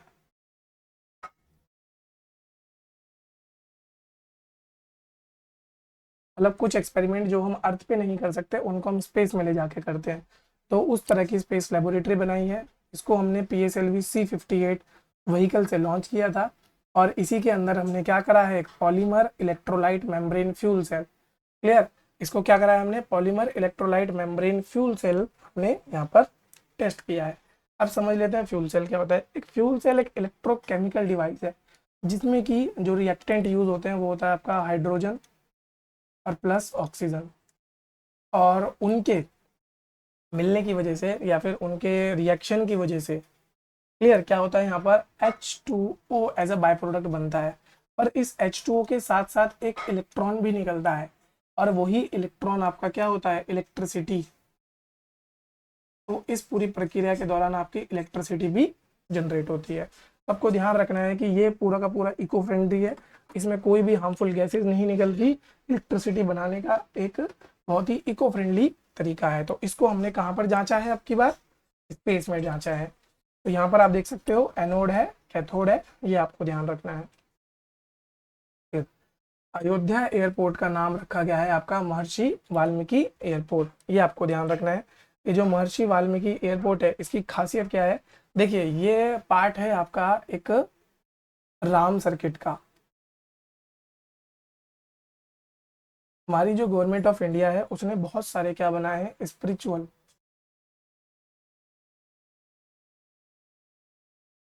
क्लियर, स्पिरिचुअल सर्किट बनाए हैं, ताकि जो टूरिस्ट हैं उनको एक डायरेक्ट कनेक्टिविटी मिल जाए towards the major spiritual places. Okay, जैसे इसमें एक तो राम सर्किट हो गया, फिर एक बुद्धा सर्किट है, जैन सर्किट है, क्लियर। तो इस तरह के सर्किट बहुत सारे बनाए गए हैं, 4 धाम सर्किट भी है। तो उसी में एक मोस्ट इंपॉर्टेंट आ जाता है आपका अयोध्या एयरपोर्ट, जिसका कि नाम अब क्या रख दिया गया है, महर्षि वाल्मीकि एयरपोर्ट। क्लियर, नेक्स्ट हम बात कर लेते हैं, किर्गिस्तान ने डिक्लेयर किया है स्नो लेपर्ड को एज देयर नेशनल सिंबल। तो बात कर लेते हैं स्नो लेपर्ड, क्योंकि स्नो लेपर्ड की जब बात होगी तो वो इंडिया के लिए भी बहुत ज़्यादा इम्पॉर्टेंट हो जाता है। देखिए, स्नो लेपर्ड होता है वो पार्ट है बिग कैट्स में। बिग कैट्स क्या होते हैं, एक तरह की प्रजाति होती है, ठीक है, मतलब कैट्स के ही प्रजाति होती है बिग कैट्स। इनमें बेसिकली कौन कौन से आ जाते हैं जानवर, जैसे हो गया लायन, ठीक है, टाइगर, और लेपर्ड आ गया, जैगवार आ गया, पूमा आ गया, तो इस तरह की चीज़ें आ जाती हैं आपकी। तो ये आपको ध्यान रखना है। तो इसको नेशनल सिंबल किसने बनाया है, किर्गिस्तान ने। थोड़ा सा जान लेते हैं स्नो लेपर्ड के बारे में। देखिए लगभग लगभग 12 कंट्रीज़ में पाया जाता है, तो 12 कंट्रीज़ में इसकी रेंज है। क्लियर, मोस्टली कहाँ पाया जाता है, सेंट्रल एंड सदर्न हिमालय। तो इंडिया भी इसकी रेंज कंट्री है, तो इंडिया में भी आपको पाया जाएगा। तो इंडिया में कहाँ पाया जा रहा है, वेस्टर्न हिमालय और ईस्टर्न हिमालय दोनों जगह पाया जा रहा है। देख सकते हैं 12 कंट्रीज लगभग लगभग ये है। क्लियर, मेजर साइट जहाँ पर आपका इंडिया में आपको स्नो लेपर्ड देखने को मिल सकता है, उसका नाम है हेमिस नेशनल पार्क। ओके, ये हेमिस नेशनल पार्क आपका कहाँ पाया जाता है? लद्दाख में। और इसी को बोला जाता है snow leopard capital of world. Clear? तो ये आपको ध्यान रखना है, snow leopard capital of world. फिर यहाँ पर देख सकते हैं हम और भी कई सारे हैं, जैसे ग्रेट हिमालयन नेशनल पार्क है, गंगोत्री नेशनल पार्क है, कंचनजंगा नेशनल पार्क है, तो ये सब। बाकी बात कर लेते हैं, जब हम स्नो लेपर्ड की बात कर रहे हैं तो उसके प्रोटेक्शन के स्टेटस की। तो सबसे पहले IUCN स्टेटस देखते हैं। IUCN स्टेटस इसका है वल्नरेबल। ओके, कौन सा स्टेटस है? वल्नरेबल स्टेटस है। साइट्स में शेड्यूल 1 में आता, मतलब साइट्स के अपेंडिक्स 1 में आता है, और WPA के शेड्यूल 1 में आता है। मेजर थ्रेट्स क्या है इसके लिए? वही जो सभी जानवरों के लिए है, क्लाइमेट चेंज हो गया, ओके, लॉस्ट ऑफ हैबिटाट हो गया, फिर पोचिंग हो गया, तो ये बेसिक बेसिक इसके थ्रेट्स हैं। आगे चलते हैं, GI टैग। तो GI टैग कई सारी चीज़ों को मिला है इस बार, जैसे मोहबन, ये मोहबन हनी है आपका, इसको GI टैग मिला है। ब्लैक नुमिया राइस को मिला है, तंगिल सारी को मिला है, और कच्ची करेक को मिला है। तो इन सब चीज़ों को क्या मिला है? GI टैग मिला है आपका। इन सब चीज़ों के नाम याद रख लेना आप। फिर आता है, स्वीडिश साइंटिस्ट ने क्रिएट करी है ई सॉइल। अब देखिए, ई सॉइल का मतलब ऐसा नहीं कि इलेक्ट्रॉनिक सॉइल कुछ वगैरह। बेसिकली क्या है, ई सॉइल का मतलब हो गया ऐसी सॉइल जिसमें आपका जो प्लांट ग्रोथ है वो बहुत ज़्यादा क्या हो जाएगी? एक्सेलरेटेड हो जाएगी। ठीक है, तो एक्सेलरेटेड प्लांट ग्रोथ आपको देखने को मिलेगी यहाँ पर। किस तरह से एक्सेलरेट हो जाएगी? तो हमने उस सॉइल में क्या डालेंगे? एडिशनल न्यूट्रिएंट्स डालेंगे। क्लियर? उन एडिशनल न्यूट्रिएंट्स की वजह से जो ग्रोथ होगी वो एकदम से स्पीड अप हो जाएगी। अब यहाँ पर ध्यान रखना, एक टेक्नोलॉजी होती है या मेथड होता है ग्रोइंग का, जिसे बोलते हैं हम हाइड्रोपोनिक्स मेथड। इसमें हम प्लांट्स को ग्रो करते हैं without the use of soil. तो मुझे लगा आपके लिए इन्फॉर्मेशन ज़रूरी होगी, अगर एग्जाम में आएगा तो एग्जामिनर इस तरीके से कनेक्ट कर सकते हैं। तो ये आप ध्यान रख लीजिएगा, हाइड्रोपोनिक्स मेथड, जिसमें कि प्लांट की ग्रोथ होगी without the use of soil. ठीक है, यहाँ पर क्या होता है, सीधा का सीधा एक ग्रोइंग मीडियम होता है जिसमें आपके न्यूट्रिएंट्स होते हैं, और वो न्यूट्रिएंट्स डायरेक्टली कहाँ चले जाते हैं? रूट्स के थ्रू प्लांट के अंदर, और बेसिकली यहीं से आपका पूरा ग्रोथ होता है। इसमें अभी तक ज़्यादातर जो यूज़ हुए हैं, या ज़्यादातर जो प्रोडक्ट्स या क्रॉप्स ग्रो करी गई हैं, that is tomatoes and strawberries. इन दो को बेसिकली हाइड्रोपोनिक्स तरीके से बनाया जा रहा है। एक खासियत इनकी ये है, they do not have deep roots. ये एक मोस्ट इम्पॉर्टेंट खासियत है इनकी। ओके, नेक्स्ट चलते हैं। एक बुक लॉन्च करी है हमारे फॉर्मर आर्मी चीफ ने, जिसका नाम है 4 स्टार ऑफ डेस्टिनी। अभी मैं क्यों बता रहा हूँ, क्योंकि ये थोड़ा सा कंट्रोवर्शियल भी रही है। इस बुक के ऊपर ना कई लोगों ने एलिगेशन लगाई है अंडर दी RTI एक्ट, और सुप्रीम कोर्ट में भी केस गया था। आई थिंक सुप्रीम कोर्ट या फिर दिल्ली हाई कोर्ट में केस गया था इसका, कि क्या, क्योंकि इसमें जो हमारे फॉर्मर आर्मी चीफ है, इन्होंने अपने लाइफ के इंसिडेंट्स के बारे में बात करी है, कि पर्टिकुलर कोई ऑपरेशन हुआ था तो उसमें कैसे वर्किंग हुई। तो वही हाई कोर्ट के सामने गया है कि क्या आप अपने जो सर्विसेज के दौरान आपने वर्क किया है उसको आप इस तरीके से पब्लिक में ला सकते हो कि नहीं ला सकते हो। तो उस चीज़ के ऊपर डिस्कशन हुआ था। तो ध्यान रख लीजिएगा, ये 4 star of destiny important book हो जाती है आपके एग्जाम के लिए। क्लियर? नेक्स्ट आता है माइक्रोसॉफ्ट की AI चिप, जिसको हम बोलते हैं ऑडेसिस। ये बेसिकली किस चीज़ के लिए? AI टैलेंट को एनरिच करने के लिए। अभी मैंने पीछे आपको एक और मिशन का नाम बताया था, मिशन प्रेरणा। ओके, ये मिशन प्रेरणा भी किसके लिए था? IT से रिलेटेड था, ताकि बच्चों का जो इंटरेस्ट है वो IT की तरफ बढ़े, और जितना हो सके हम IT का बेनिफिट उठा पाएँ। तो उसी में एक ही आ जाता है आपका AI ऑडेसिस, जो कि किसने बनाया है? आपका माइक्रोसॉफ्ट में। क्लियर? इससे पहले मैंने आपको एक AI से मेरे को याद आया, ओपन AI के बारे में। ओपन AI क्यों फेमस है? ओपन AI ने बनाया है चैट GPT। फिर बात कर लेते हैं बार्ड की। बार्ड किसका है जी? गूगल का। एक और इससे पहले पढ़ा चुका हूँ आपको, जेमिनी। जेमिनी भी किसका है? अगेन गूगल का। और अभी एक आगे पढ़ाऊंगा आपको, क्या? भारत जीपीटी। ओके, तो ये सब आपको ध्यान रखना है। फिर आता है US based Astrobotic launch Peregrine 1 lunar mission after 51 years. तो ये जो मिशन लॉन्च किया गया है लगभग लगभग बहुत सालों बाद लॉन्च किया गया है। ये क्या है, एक ल्यूनर मिशन है, क्योंकि इससे पहले मतलब लगभग लगभग half a century back USA majorly focus करता था किस पे, मून पे। बट फिर जब उनको सक्सेसफुल लैंडिंग हो गई उनकी, अपोलो मिशन इतना ज़्यादा सक्सेसफुल रहा, फर्स्ट जो मैन था मतलब पूरे हिस्ट्री का जिसने लैंड किया था मून पे, वो भी नासा की तरफ से ही थे। तो फिर इन्होंने थोड़ा ल्यूनर मिशन पे फोकस करना कम किया था। अब लेटर ऑन ये दोबारा से वापस फोकस शिफ्ट करा है इन्होंने, और किस पे जा रहे हैं, ये दोबारा से ल्यूनर मिशन लॉन्च कर रहे हैं। तो ये किसका मिशन है, पेरेग्राइन का। ठीक है, फिर एक स्कीम आती है जिसका नाम है योग्यश्री स्कीम। क्लियर, ये जो योग्यश्री स्कीम है ये बेसिकली किन के लिए है, ये एससी एंड एसटी स्टूडेंट्स के लिए है। तो मतलब जो बच्चे थोड़ा सा weaker section of the society को बिलोंग करते हैं उन बच्चों के लिए है। होगा क्या है इस स्कीम में, वो मैं आपको थोड़ा सा एक ब्रीफ में समझा देता हूँ। इस स्कीम में उन बच्चों को एक तो फाइनेंशियल हेल्प और साथ साथ उनको अदर हेल्प प्रोवाइड की जाएंगी, जैसे बुक्स की facility. Clear, sorry, library facility. तो इस तरह की चीज़ें गवर्नमेंट प्रोवाइड करेगी, मतलब क्रेडिट फैसिलिटी तो प्रोवाइड करेगी ही करेगी, बाकी ये फैसिलिटीज़ भी गवर्नमेंट प्रोवाइड करेगी। तो ये आपको ध्यान रखना है। ये लॉन्च किसने करी है, ये करी है वेस्ट बंगाल की सरकार। तो ये आपको अच्छे से याद रखना है, किसने लॉन्च करी है, ये वेस्ट बंगाल ने। फिर आ जाते हैं गैब्रियल एटल, भी जो बने हैं youngest prime minister of France. ठीक है, लगभग लगभग आई थिंक 38 की उम्र में बन गए होंगे ये, तो youngest prime minister of France है ये। सेकेंड इंपॉर्टेंट चीज, इनको टाइम मैगजीन ने भी रिकॉग्नाइज किया है। ओके, तो टाइम मैगजीन में भी इनको मतलब बिकॉज ये बने थे आपके क्या prime minister of France at the very young age, तो इनको यंग पर्सनैलिटी का भी इन्होंने अवार्ड दिया है। तो अगर आपसे पूछा जाए कि भैया यंग पर्सनैलिटी अवार्ड किसको मिला है, तो वो किसको मिला है, गैब्रियल एटल। और ये कहाँ से आते हैं, ये आते हैं आपके फ्रांस से।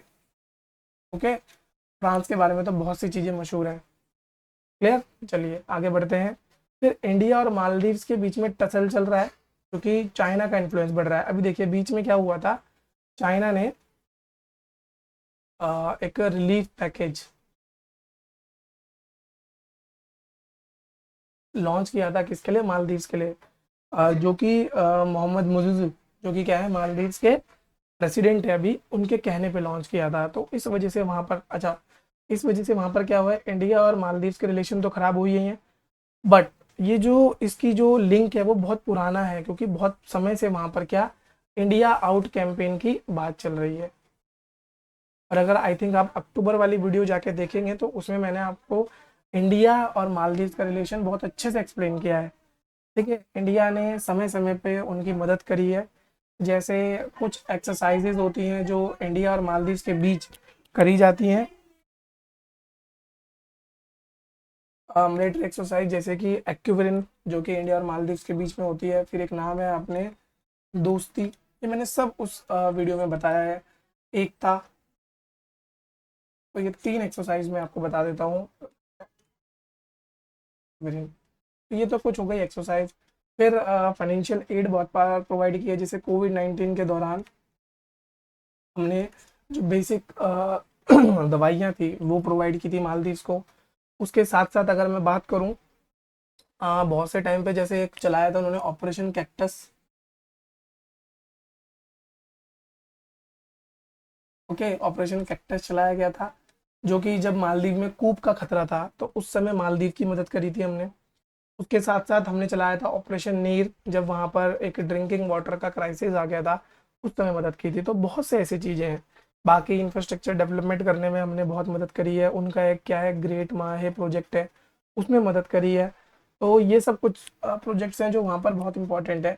बट डिस्पाइट दैट वहाँ पे इंडिया आउट कैंपेन भी चला है, क्योंकि इंडिया की जो मिलिट्री है वो स्टेशन थी वहाँ पर बहुत समय से, तो इस वजह से वहाँ पे टसल चल रहा है।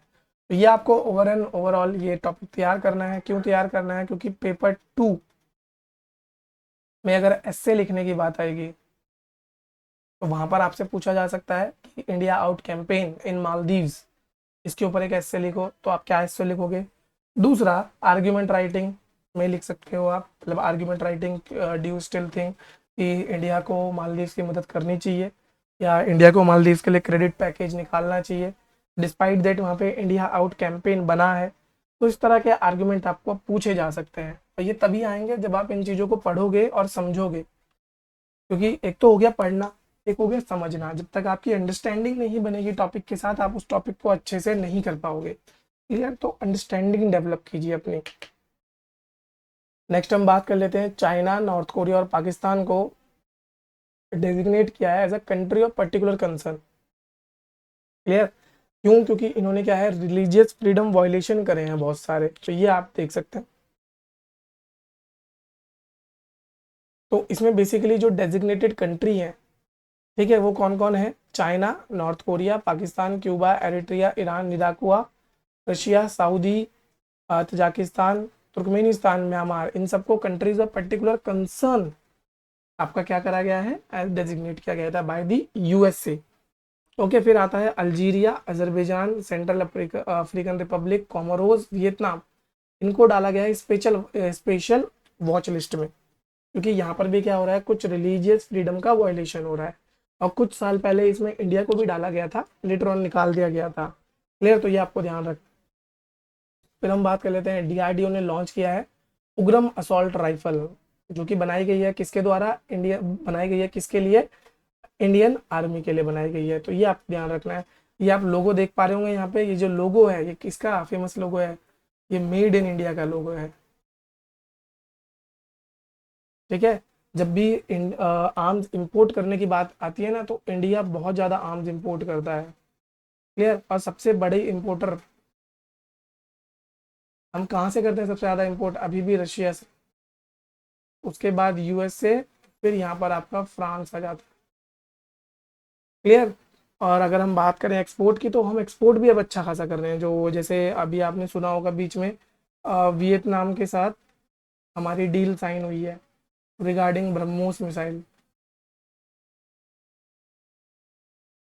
क्लियर? फिर मलेशिया के साथ भी हमारी एक डील साइन हुई थी तेजस को लेके। तो ये कुछ डील्स हैं जो साइन हुई हैं, तो इंडिया इंपोर्ट भी करता है और एक्सपोर्ट भी करता है। हाँ, तो इंपोर्टर में हम सबसे आगे हैं अभी भी। अच्छा, ये मिसाइल का नाम, ओ राइफल का नाम क्या है? उग्रम। अच्छा, ध्यान रखना ये बेसिकली किन को रिप्लेस करेगा? तो एक आपने सुनी होगी इंसास। तो इंसास बहुत टाइम से इंडियन आर्मी यूज़ कर रही है, तो उसको भी रिप्लेस कर सकती है। बाकी अदर राइफल्स तो बहुत है। क्लियर? फिर आता है आपका एक सी ड्रैगन एक्सरसाइज। ओके, ये जो सी ड्रैगन एक्सरसाइज है किस किस के बीच में है? ये है इंडिया और यूएसए के बीच। क्लियर? हुआ कहाँ पर है कि ये यूएसए में हुआ है। तो वहां पर इंडियन नेवी ने पार्ट लिया है, और इंडियन नेवी के कौन से शिप ने पार्ट लिया है? P-81। Clear? P-81 aircraft Indian navy का कहाँ गया है? आपका यूएसए गया है वहां पर टेक पार्ट लेने। अब जब ये जो है सी ड्रैगन, ये तो कहाँ हो रहा है? यूएसए में। एक सिमिलर एक्सरसाइज इंडिया में भी हो रही है, उसका नाम है सी डिफेंडर। ये भी अगेन क्या है? इंडिया वर्सेस वर्सेस बोलो, इंडिया एंड यूएसए के बीच में। और ये कहाँ हुई थी? कोच्चिन, कोच्चि के आसपास हुई थी ये। ध्यान रखिएगा, ये सी डिफेंडर इंडिया में हुई, सी ड्रैगन आपका यूएसए में हुई। क्लियर? आगे बढ़ते हैं। फिर रेड आंट चटनी, ठीक है, रेड एंट चटनी, सॉरी। जो रेड एंट चटनी है ये आपको ध्यान रखना है, इसको मिला है जीआई टैग। कहाँ से बिलोंग करती है? ये उड़ीसा से। और आई होप आपको जीआई टैग का एक्ट याद हो गया होगा और इसकी मिनिस्ट्री याद हो गई होगी। अगर नहीं भी हुई कोई बात नहीं। अच्छा, मैंने कमेंट्स देखे थे आप लोगों के, आपने बहुत सही कमेंट किया है एपेडा का। ठीक है, एपेडा आता है आपका मिनिस्ट्री ऑफ कॉमर्स के अंदर। तो जिन्होंने भी कमेंट किया था बहुत बढ़िया, इसी तरीके से आप कमेंट करते रहिए।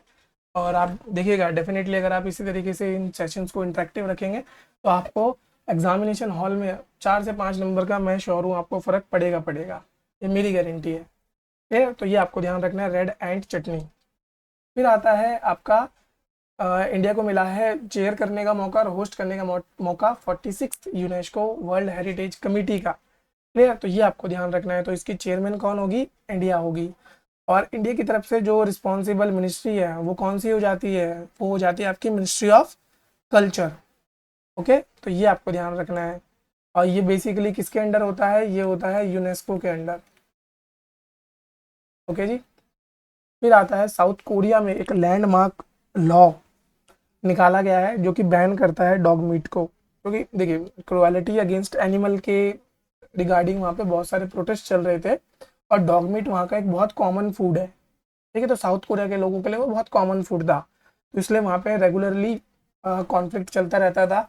उसके लिए लोग रोज प्रोटेस्ट कर रहे थे, तो उसी प्रोटेस्ट को सक्सेस मिली है, और पार्लियामेंट ने एक लॉ या एक बिल पास करके वहाँ पर जो डॉग मीट है उसके ट्रेड पे, ठीक है, और उसके फूड पे पूरी तरीके से कंप्लीट बैन लगा दिया गया। तो अगर एग्जाम में आपको दिखता है कि कौन सी कंट्री ने, ऐसा सवाल पूछते हैं ना कि विच ऑफ द कंट्री या which among the country ban the trade off dog meat, तो आप ध्यान रख लीजिएगा उसका आंसर होगा सीधा सीधा आपका साउथ कोरिया। फिर हम बात करते हैं दिव्य कीर्ति सिंह। ये बनी है पहली वुमेन जिनको अर्जुन अवार्ड मिला है फॉर एक्वेस्ट्रियन अवार्ड, तो एक्वेस्ट्रियन स्पोर्ट्स। तो यहाँ पे देखो दो चीजें, पहला तो Arjun award most important famous हो जाता है, और दूसरा एक्वेस्ट्रियन स्पोर्ट्स। तो यहाँ पर मैं बता देता हूँ एक्वेस्ट्रियन स्पोर्ट्स ये कौन से स्पोर्ट्स होते हैं, ये वो स्पोर्ट्स होते हैं जो रिलेटेड होते हैं हॉर्स से, जैसे हॉर्स राइडिंग, हॉर्स जंपिंग। ठीक है, तो इस तरह के स्पोर्ट्स से रिलेटेड एक महिला है, उनका नाम है दिव्य कीर्ति सिंह, और वो बनी है पहली महिला जिनको अर्जुन अवार्ड मिला है। तो या तो आपसे ये पूछ लेगा डायरेक्टली कि भैया कौन है पहली महिला एक्वेस्ट्रियन स्पोर्ट्स की जिनको अर्जुन अवार्ड मिला, या तो मैच द फॉलोइंग में आएगा कि दिव्य कीर्ति सिंह कौन से स्पोर्ट्स से रिलेटेड है। ठीक है, तो जो व्यक्ति या जो स्पोर्ट्स पर्सन जिस स्पोर्ट्स से रिलेटेड है वो भी आपको इंपॉर्टेंट ध्यान रखना है। क्लियर, आगे बढ़ते हैं। इंडियन नेवी को मिला है पहला indigenously made long endurance Drishti 10 Starliner drone. ये बेसिकली किस काम आएगा, देखो सबसे पहले तो अनमैन्ड व्हीकल होते हैं ये, ठीक है। तो मतलब ड्रोन ऑपरेटर इनको उड़ाता है। तो एक तो वो इसमें खासियत होगी कि कोई भी जान की हानि नहीं होगी इनके इस कॉन्फ्लिक्ट में जाते हैं ये। सेकंड, ये काम आ सकते हैं आपके सर्विलेंस में, ठीक है, सर्विलांस में हमारे काम आ सकते हैं। और भी कई सारी चीज़ें हैं जिनमें ये काम आ सकता है, तो ये आपको ध्यान रखना है। तो इंडियन नेवी को मिला है उनका पहला indigenously made long endurance drone. Clear, ये चलते हैं आगे। फिर आता है पैसा डैशबोर्ड या पीएम स्वनिधि पोर्टल। तो सबसे पहले बात कर लेते हैं पीएम स्वनिधि की। ओके, आई होप आप सबको पता लग गया होगा पीएम स्वनिधि किन के रिलेटेड है। ये होती है आपकी स्ट्रीट वेंडर्स के लिए। ओके, स्ट्रीट वेंडर्स को क्रेडिट प्रोवाइड करने के लिए। तो एक तो इम्पोर्टेंट ये हो गई। साथ साथ इसमें निकाला गया है क्या, पैसा डैशबोर्ड। अगर कोई भी ग्रीवांस आता है, मान के चलिए पीएम स्वनिधि के थ्रू कोई भी ग्रीवांस आता है किसी भी व्यक्ति को, तो उन सब के लिए बनाया गया है ये पैसा डैशबोर्ड। क्लियर, आगे बढ़ते हैं। इंदौर और सूरत दोनों ने शेयर किया है title for the cleanest city of India. ठीक है जी, स्वच्छ सर्वेक्षण जो सर्वे होता है जो कि कराया जाता है मिनिस्ट्री ऑफ अर्बन हाउसिंग के अंडर, तो वो क्या करता है हर साल मैप करता है कुछ सिटीज को जहाँ पर की क्लीनलीनेस सबसे ज़्यादा होगी, तो उसी की वो रैंकिंग बनाता है। ध्यान रखिएगा पिछले लगातार 7 सालों से, ठीक है, कंसेक्यूटिवली 7 ईयर से कौन जीत रहा है आपका, इंदौर। तो इंदौर पिछले लगातार 7 सालों से फर्स्ट रैंक पे है। इस साल उसका टाई हुआ है किसके साथ, सूरत के साथ। क्लियर, तो ये आपको अच्छे से ध्यान रखना है। फिर इसमें देख लेते हैं और टॉप परफॉर्मर कौन कौन से हैं। तो देखिए cities with population under 1 lakh, Saswad, Patan और लोनावला, ये 3 स्पॉट है। कैंटोनमेंट बोर्ड में सबसे क्लीन कौन से, एक तो महू का कैंटोनमेंट बोर्ड सबसे क्लीन है जो कि कहाँ पर पड़ता है, मध्य प्रदेश में। फिर clean Ganga town, Varanasi and Prayagraj. ठीक है, वाराणसी को बेस्ट और प्रयागराज को क्लीनेस्ट। बेस्ट परफॉर्मिंग स्टेट कौन सा है, महाराष्ट्र, फिर मध्य प्रदेश और फिर छत्तीसगढ़। ओके, और फिर यहाँ पर क्या होता है, सफाई मित्र सुरक्षित शहर, ये कौन सा है, चंडीगढ़। ओके जी, तो ये कुछ इसके हाइलाइट्स थे। आगे चलते हैं। आरबीआई ने इम्पोज की है रिस्ट्रिक्शन किस पे, पेटीएम पेमेंट बैंक्स पे। अब देखिए क्या होता है, इसका मतलब ये नहीं कि पेटीएम बंद हो गया। बहुत से लोगों को एकदम से लगा कि चलो जी पेटीएम बंद हो गया, नहीं, पेटीएम अभी भी चल रहा है। मतलब पेटीएम का जो यूपीआई मॉड्यूल है वो चल रहा है, पर पेटीएम का जो पेमेंट बैंक था वो बंद किया है या उस पर रेस्ट्रिक्शन लगाई है। क्लियर? तो चलो बात कर लेते हैं पेमेंट बैंक क्या होते हैं। देखो, पेमेंट बैंक किसी भी बैंक की तरह होते हैं, बट उनका जो ऑपरेशन का स्केल होता है वो बहुत छोटा होता है। ये जो बनाया गया था, ये किसकी कमेटी की रिकमेंडेशन के द्वारा बनाया गया था? ये बनाया गया था नचिकेत मूर कमेटी की रिकमेंडेशन के द्वारा। इसका जो बेसिक ऑब्जेक्टिव होता है वो क्या होता है आपका? फाइनेंशियल इंक्लूजन करना। ठीक है जी, क्या करना? फाइनेंशियल इंक्लूजन करना by offering banking financial services to unbanked, मतलब जहाँ पे अभी तक बैंक नहीं पहुँच पाए या वो एरिया जो अभी भी अंडर बैंक्ड है, उन एरियाज में आपको बैंक प्रोवाइड करना। और किन लोगों के लिए? जो लो इनकम वाले हैं, स्मॉल एंटरप्रेन्योर्स हैं, उन सब के लिए आपको ये करना। फिर ये क्या होती है? एक पब्लिक लिस्टेड कंपनी है। ओके, पब्लिक लिमिटेड कंपनी है जो कि लिस्ट हुई है under the public act of sorry companies act of 2013। और इसका जो रेगुलेशन है, इसको जो लाइसेंस मिलता है वो section 22 of banking regulation act of 1949 के तहत मिलता है। ओके, इसको जो लेजिस्लेशन गवर्न करते हैं, सबसे पहला तो बैंकिंग रेगुलेशन एक्ट इसको गवर्न करता है, दूसरा आरबीआई इसको गवर्न करता है, तीसरा फेमा इसको गवर्न करती है। क्लियर? ये आपको ध्यान रखना है।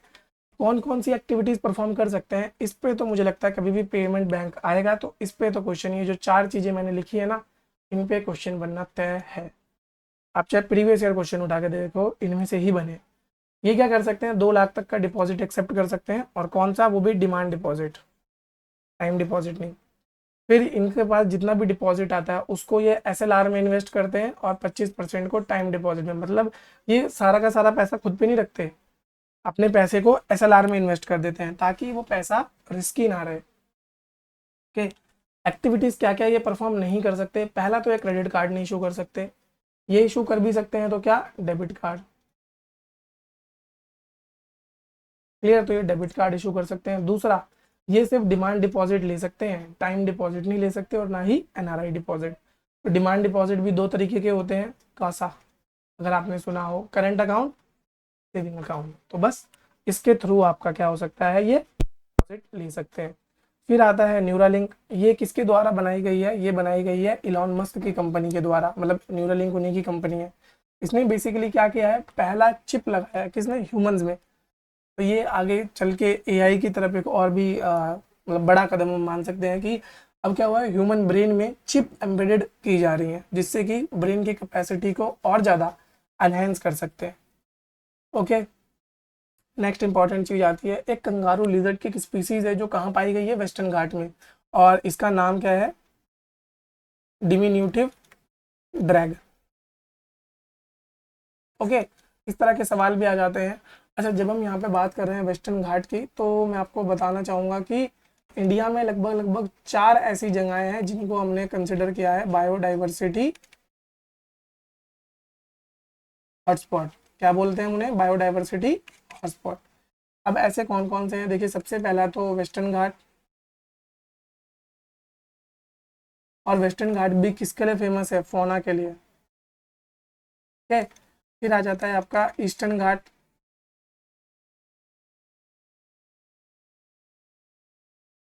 फिर आ जाता है आपका सुंडालैंड,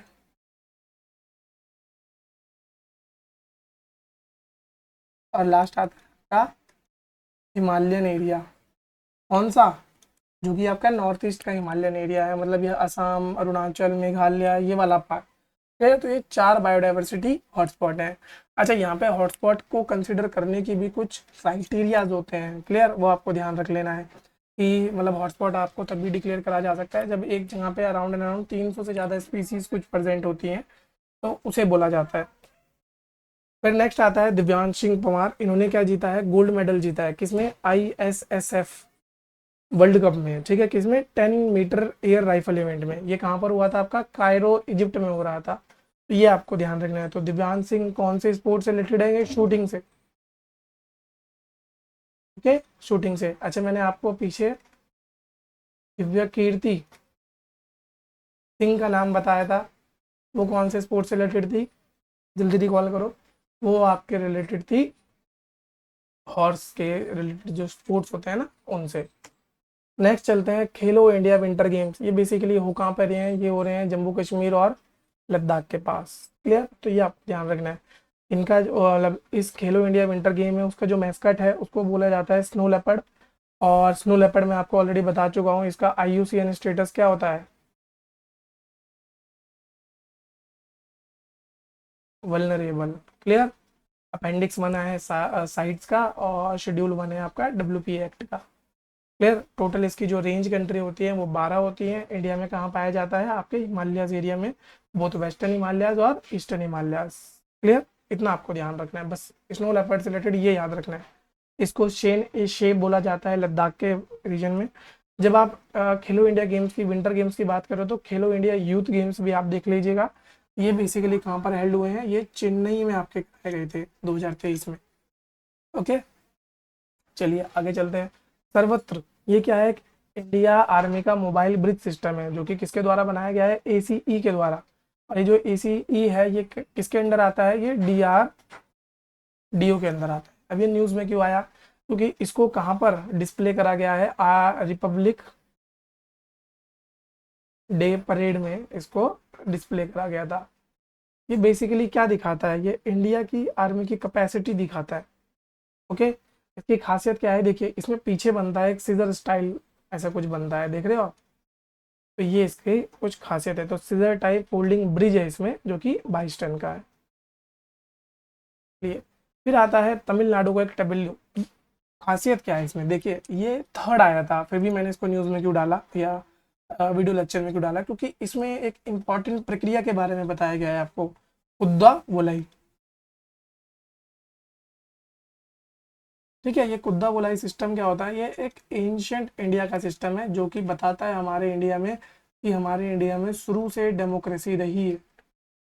ओके, शुरू से डेमोक्रेसी रही है। अभी हमें कैसे पता लगा, ये समझिए। ये जो कुद्दा बोलाई सिस्टम होता है ना, इसमें देखिए आप देख पा रहे हैं, एक पॉट होता है, सभी लोग इसमें क्या करते हैं, अपना आके पर्ची में जिसको भी उन्होंने रूलर या अपना जिसको भी इलेक्टेड चुनना है, उसके नाम की पर्ची डाल देते हैं।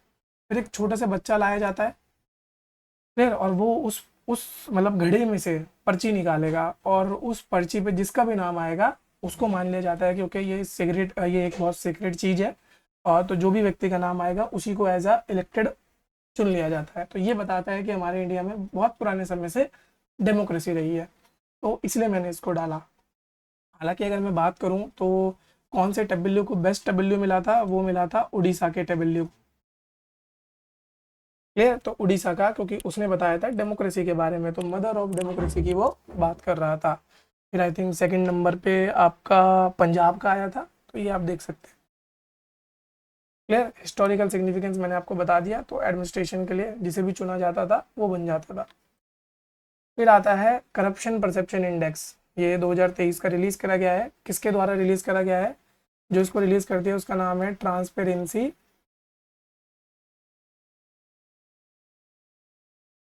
इंटरनेशनल। ट्रांसपेरेंसी इंटरनेशनल उस संस्था का नाम है जो इसे रिलीज करती है।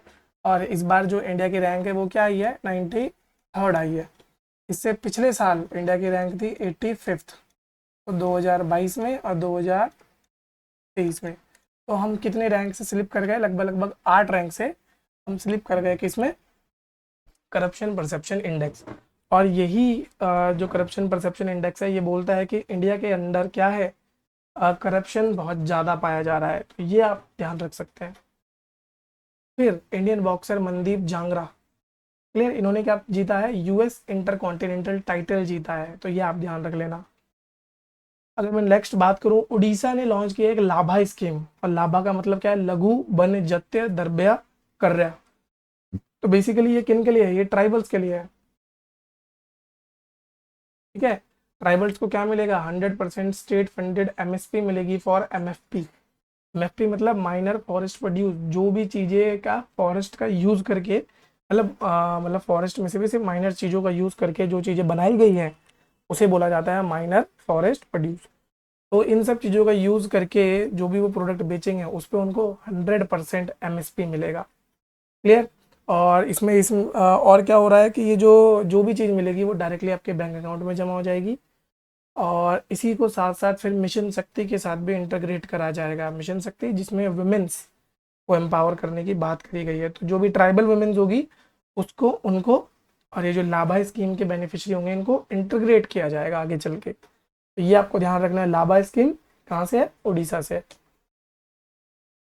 फिर नेक्स्ट न्यूज़ आती है रुश्मा ऑरेंज फेस्टिवल। ये बेसिकली कहाँ पर मनाया जाता है? ये मनाया जाता है आपका नागालैंड में। तो अगर आपसे सवाल पूछा गया कि रुश्मा ऑरेंज फेस्टिवल, और फिर मतलब ऑप्शन दे देगा आपको कि भैया देखो यहाँ यहाँ मनाया जाता है, तो आप फिर उसमें से चुन लेना आराम से कहाँ मनाया जाता है जी। नागालैंड। नागालैंड की और क्या खासियत है? यहाँ पर एक और फेस्टिवल मनाया जाता है, हॉर्नबिल फेस्टिवल मनाया जाता है, जो कि नागा ट्राइब का मेन फेस्टिवल है। इसमें मतलब नागा ट्राइब होती है और बाकी आसपास की जितनी भी ट्राइब्स हैं वो भी आती हैं। क्लियर? अच्छा, नागालैंड को ही एक और नाम से जाना जाता है, फैल्कन कैपिटल ऑफ वर्ल्ड। क्या बोला जाता है? Falcon capital of world. अभी मैंने आपको पीछे एक जगह का नाम बताया था जिसको बोला जाता है world capital of snow leopard. अगर याद है तो जरूर बताना है। नेक्स्ट इज सदा तनिष्क। ये एक जॉइंट मिलिट्री एक्सरसाइज है बिटवीन इंडिया और सऊदी अरेबिया। तो ये आपको ध्यान रखना है किस किस के बीच में हुई है ये। India and Saudi Arabia. देखिए जो मेजर मेजर एक्सरसाइज है वो तो आपको याद होंगी, ठीक है। जो एक्सरसाइज है आपको याद नहीं है वो आपको ध्यान रखनी है। क्लियर? ये जैसी ये कुछ एक्सरसाइज हैं जो हल्की फुल्की हो, जैसे सी ड्रैगन, सी डिफेंडर एक्सरसाइज, सदा तनिष्क। फिर मैंने आपको अभी पीछे बताया डेजर्ट ईगल, ठीक है, डेजर्ट साइक्लोन, डेजर्ट नाइट भी आगे आपको बताऊंगा। तो ये सब चीज़ें। फिर आता है रोहन बोपन्ना। ये वर्ल्ड के नंबर 1 बने हैं और सबसे ओल्डेस्ट एज पे बने हैं, एट द एज ऑफ 43। ये इंडियन ओरिजिन के हैं। और ये कौन से स्पोर्ट्स को खेलते हैं? ये लॉन टेनिस को खेलते हैं। ओके, लॉन टेनिस खेलते हैं ये आपको ध्यान रखना है। फिर आता है पीएम सूर्योदय योजना। ये पीएम सूर्योदय योजना है किस चीज़ के लिए? तो बेसिकली ये सोलर रूफटॉप लगाने की बात कर रहा है। Around and around 1 crore house hold में। ये बात क्यों हो रही है? ताकि हमारे सोलर एनर्जी को बूस्ट मिल सके। हर घर में अगर सोलर पैनल लग जाएंगे तो क्या होगा? वो घर सेल्फ सस्टेनेबल बन जाएगा इन टर्म्स ऑफ एनर्जी। तो उनको फिर जो आपका कार्बन यूज़ करके एनर्जी बनाई जा रही है या फॉसिल फ्यूल यूज़ करके एनर्जी बनाई जा रही है उस पर डिपेंड होना नहीं पड़ेगा। तो ये एनवायरनमेंट के लिए भी अच्छा है और इकोनॉमिकली उस घर के लिए भी अच्छा है। क्लियर? फिर आता है, देखिए ये बहुत अलग सी न्यूज़ है, ये आपको याद रखनी ज़रूरी है। देखिए क्या हुआ है, नॉर्मली जब एग्जीक्यूशन की बात आती है तो हमने सिर्फ सुना होगा डेथ पेनल्टी। और इंडिया में अगर आप डेथ पेनल्टी की बात करोगे तो इंडिया में बस एक ही तरीका है किसी को डेथ देने का, उसको हैंग करने का। और बाहर की कंट्रीज़ में ना बहुत से अलग अलग तरीके यूज़ करे जाते हैं। जैसे यूएसए के कुछ स्टेट में तो अभी भी इलेक्ट्रिसिटी का यूज़ करके, इलेक्ट्रोक्यूटेड बोलते हैं हम उसे, उनको मारा जाता है। तो एक तो वो तरीका हो गया, फिर हैंग हो गया। अब एक नया तरीका देखने को मिला है जिसमें क्या करा जाता है, पेनलेस और साइलेंट डेथ है ये। क्योंकि उन सब में क्या होता है, इंसान को दर्द होता है, पेन महसूस होता है। ये कैसा तरीका है? एक पेनलेस तरीका है। ओके, बिल्कुल पेनलेस वे है, इंसान को पता भी नहीं लगेगा। तो यहाँ पर कैसे होता है, नाइट्रोजन गैस उनको इनहेल कराई जाती है। और इसमें क्या होता है, देखो उनके मुंह पे एक रेस्पिरेटर लगाएंगे जिससे कि नाइट्रोजन गैस उनके शरीर में डाली जाएगी। अब जैसे ही नाइट्रोजन को वो इनहेल करेंगे, जो इनमेट होता है वो अपना कॉन्शियसनेस खो देगा, मतलब बेहोश हो जाएगा, उसको पता ही नहीं लगेगा। और थोड़ी देर बाद वो हाइपोक्सिया से मर जाएगा। हाइपोक्सिया क्या होता है? ठीक है, हाइपोक्सिया एक कंडीशन है जब आपके ब्लड में लो कंसेंट्रेशन ऑफ O2 हो। इस कंडीशन को बोलते हैं hypoxia. Because of high content of nitrogen आपके ब्लड डिस्प्लेस कर देगा ऑक्सीजन को, और ऑक्सीजन की जगह नाइट्रोजन आ गया। अब ब्लड में ऑक्सीजन है नहीं, तो लगभग लगभग कुछ मिनटों में वो इंसान खत्म हो जाता है। और ये जो पहले जो इनमेट थे जो मरे हैं वो थे केनेथ स्मिथ। क्लियर? ये यूएस से है और यूएस के भी कौन से स्टेट, एल्बामा। क्लियर, तो ये आपको ध्यान रखना है। ये बहुत ही ज़्यादा पेनलेस तरीका है तो इसलिए ये ज़्यादा न्यूज़ में था। नेक्स्ट, आईसीसीसी अवार्ड रिलीज करे गए हैं 2024 के। तो देखिए इसमें जो ODI cricketer of the year बने हैं वो तो विराट कोहली बने हैं। क्रिकेटर ऑफ द ईयर बने हैं वो कौन बने हैं, पैट कमिंस, क्योंकि उन्होंने ओडीआई क्रिकेट वर्ल्ड कप जीता। फिर टी20 cricketer of the year Surya Kumar Yadav. ठीक है, test cricketer of the year बने हैं उस्मान ख्वाजा। अपकमिंग या emerging cricketer of the year बने हैं सचिन रविंद्र। तो ये आपको कुछ याद रखने हैं। क्लियर, आगे चलते हैं हम इसमें। फिर आता है भारत जीपीटी। तो ये कोर ओवर एआई है, एक कंपनी उसने बनाया है भारत जीपीटी, जो कि क्या है, इंडिया का लार्ज लैंग्वेज मॉडल है, पहला लार्ज लैंग्वेज मॉडल है। अब लार्ज लैंग्वेज मॉडल का मतलब देखिए, जब भी आप लैंग्वेजेस की बात करते हैं ना, तो मान के चलिए ये आपका कंप्यूटर है। ओके, इसमें आपने यहाँ पे कीबोर्ड से कुछ टाइप किया, तो मान के चलिए आपने टाइप किया ABCD। तो कीबोर्ड से जब वो सिस्टम में जाएगा ना, तो सीपीयू उसको प्रोसेस ABCD की तरह प्रोसेस किया और फिर उसको एक लैंग्वेज में कन्वर्ट कर दिया, जैसे 0 1 1 0। ओके, अब ये आपने जैसे इनपुट दिया, अब उसको जब आउटपुट देना होगा तो अगेन वो आउटपुट किस में देगा, बाइनरी लैंग्वेज में।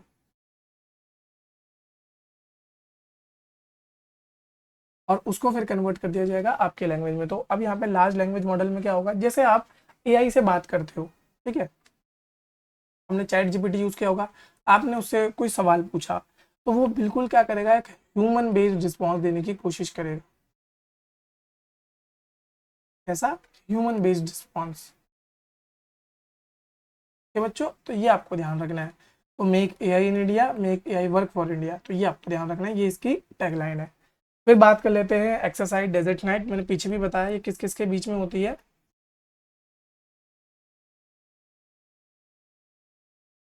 ये होती है इंडिया,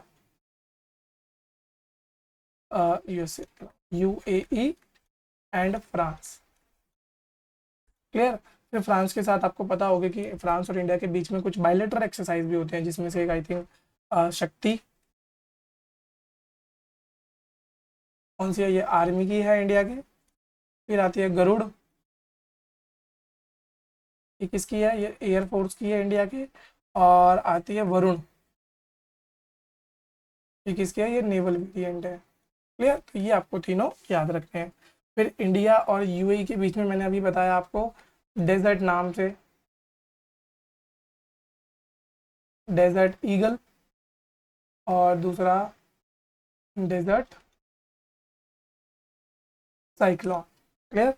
अभी मैं आगे आपको एक और नाम की एक्सरसाइज बताऊंगा जिसका नाम है सिर्फ साइक्लोन, एक्सरसाइज साइक्लोन। ये किस किस की है, एक्सरसाइज साइक्लोन आपकी होती है इंडिया एंड इजिप्ट के बीच की है। ओके, ये ध्यान रखना है। तो वर्ल्ड की फर्स्ट ब्लैक सफारी जो कि स्टार्ट हुई है कहाँ पर, सिमलीपाल टाइगर रिजर्व उड़ीसा में, तो ये आपको ध्यान रखना है। क्लियर। ऐसे ही आपको फिर याद रखने हैं नेशनल टाइगर रिजर्व्स, कौन कौन से इंपॉर्टेंट नेशनल टाइगर रिजर्व्स हैं। अभी जो सबसे बड़ा टाइगर रिजर्व है उसका नाम है नागार्जुन टाइगर रिजर्व, लेकिन मैंने आपको पिछली वीडियोस में बताया है कि एक उससे भी बड़ा टाइगर रिजर्व बन रहा है। ओके, और वो बहुत इंपॉर्टेंट है न्यूज़ में। तो आप पिछली 3 वीडियो में से एक वीडियो में मैंने आपको तो बताया है, तो ज़रूर कमेंट करके बताना कि कौन सा नया टाइगर रिजर्व बन रहा है जो कि इंडिया का सबसे बड़ा टाइगर रिजर्व हो जाएगा। क्लियर। तो मैंने यहाँ पे टाइगर रिजर्व डाले भी हैं, जैसे यहाँ पे देखिए राजा जी, जिम कॉर्बेट, पीलीभीत, दुधवा, संजय दुबरी, तो ये सब आप देख सकते हैं यहाँ पे। ठीक है, और इसमें जो इम्पोर्टेंट इम्पोर्टेंट जैसे काजीरंगा हो गया, नामेरी हो गया, दाम्पा हो गया, आके टाइगर रिजर्व हो गया, यहाँ पे इधर पे आता है पेंच टाइगर रिजर्व आ गया, ये सब इधर कवाल, नागार्जुन, श्रीशैलम हो गया, तो ये सब आपके टाइगर रिजर्व हैं। ये जो एरिया है ये तो बहुत इंपॉर्टेंट एरिया है, क्योंकि ये मैंने बताया भी था आपको, इसे बोलते हैं हम नीलगिरी बायोस्फीयर रिजर्व। है इस नीलगिरी बायोस्फीयर रिजर्व के अंदर बहुत सारे डिफरेंट डिफरेंट वेरियस टाइप के आपके वाइल्ड लाइफ सेंचुरी आ रहे हैं, नेशनल पार्क्स आ रहे हैं, टाइगर रिजर्व्स आ रहे हैं, ये आपको ध्यान रखना है।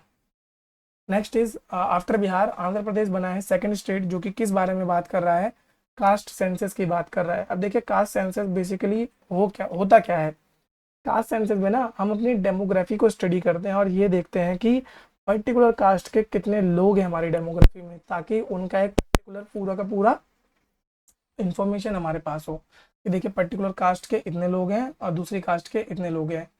ठीक है, अब कई लोग इस पे ऑब्जेक्शन उठाते हैं कि भैया ये प्रोफाइलिंग करने में मदद कर रहा है और इससे समाज में जो क्या बोल सकते हैं आप, डिवीजन और बढ़ेगा। ठीक है जी। और कुछ लोग इसकी मांग कर रहे हैं कि भैया एटलीस्ट पता तो लगे भैया कौन सी कास्ट के कितने लोग हैं, ताकि जो एफर्ट्स होंगे वो फिर पर्टिकुलरली डेटा बेस्ड एफर्ट हम कर सकें। तो दोनों इसके पहलू हैं, आपको जब भी आर्ग्यूमेंट्स लिखने हो तो आप दोनों पहलू लिखिएगा। ठीक है, ये नहीं कि एक ही तरफ के आर्ग्यूमेंट्स आप मतलब जो आपकी पर्सनल फीलिंग्स है उन्हें मत लिख देना। तो आर्ग्यूमेंट्स आपके हमेशा क्या होने चाहिए, बैलेंस्ड होने चाहिए, तो बैलेंस बना के लिखना। तो इसलिए मैंने ये टॉपिक डाला है कि शायद ये टॉपिक भी आपका एग्जाम में आ जाए। तो कास्ट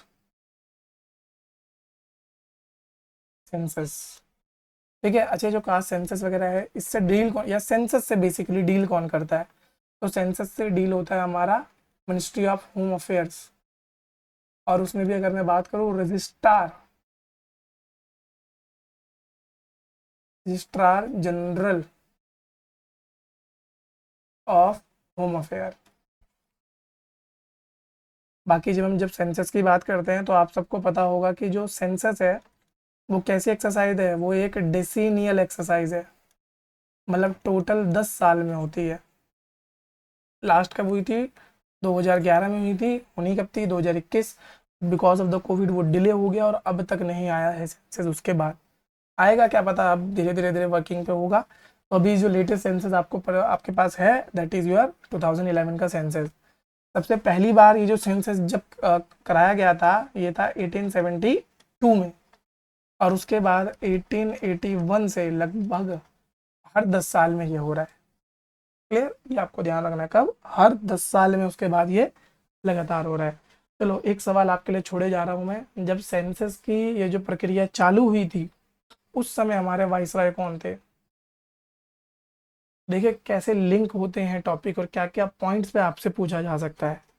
तो आई होप आप एक अंडरस्टैंडिंग डेवलप कर पा रहे होंगे मेरे साथ कि सवालों का जो तरीका है पूछने का वो किस तरीके से फ्रेम हो रहे हैं।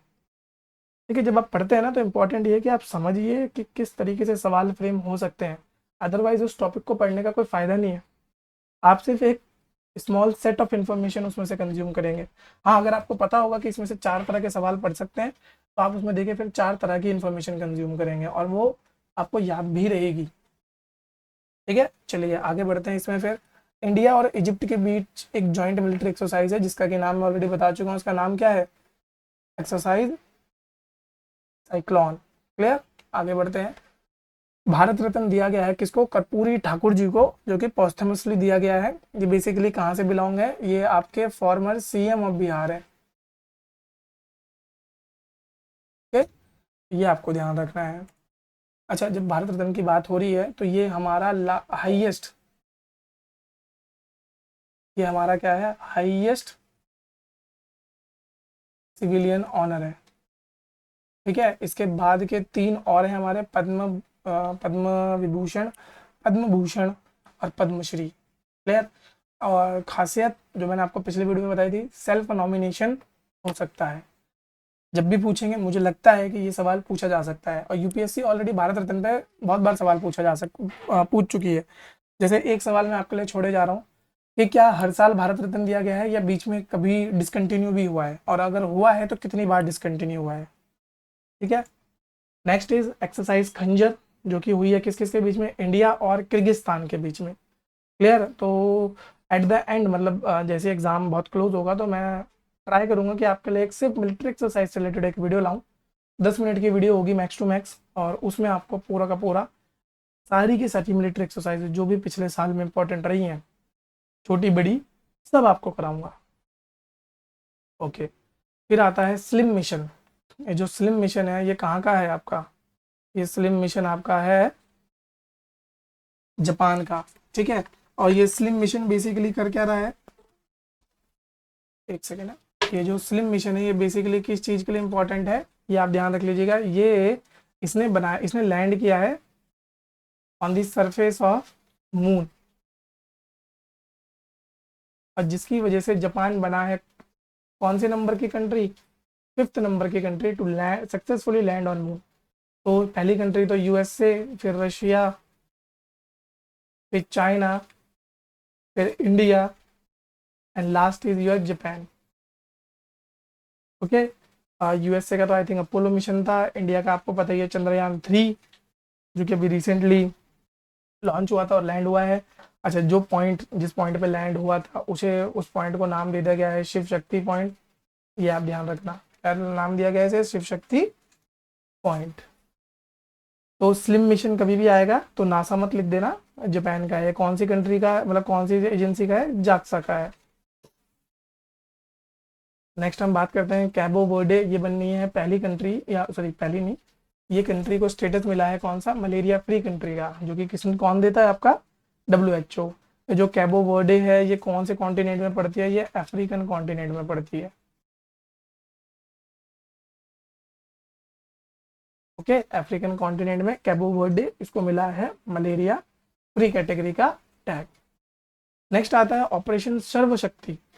अब इसको ध्यान रखिएगा, ऑपरेशन सर्वशक्ति ये बेसिकली किसके लिए है, ये पीर पंजाल रेंज के अराउंड जितने भी टेररिस्ट हैं उनको एलिमिनेट करने के लिए। तो ये एक तरीके से ऑल आउट ऑपरेशन है, जिसमें इंडियन आर्मी क्या करेगी, जितने भी टेररिस्ट हैं उन सबको मारेगी। और कहाँ पर है वो, जो कि पीर पंजाल रेंज के आसपास है। तो चलिए आपको माउंटेन रेंजेस का थोड़ा सा इंट्रोडक्शन दे देते हैं। तो जब आप बात करोगे ये जम्मू कश्मीर की, तो यहाँ पे 4-5 रेंजेस हैं।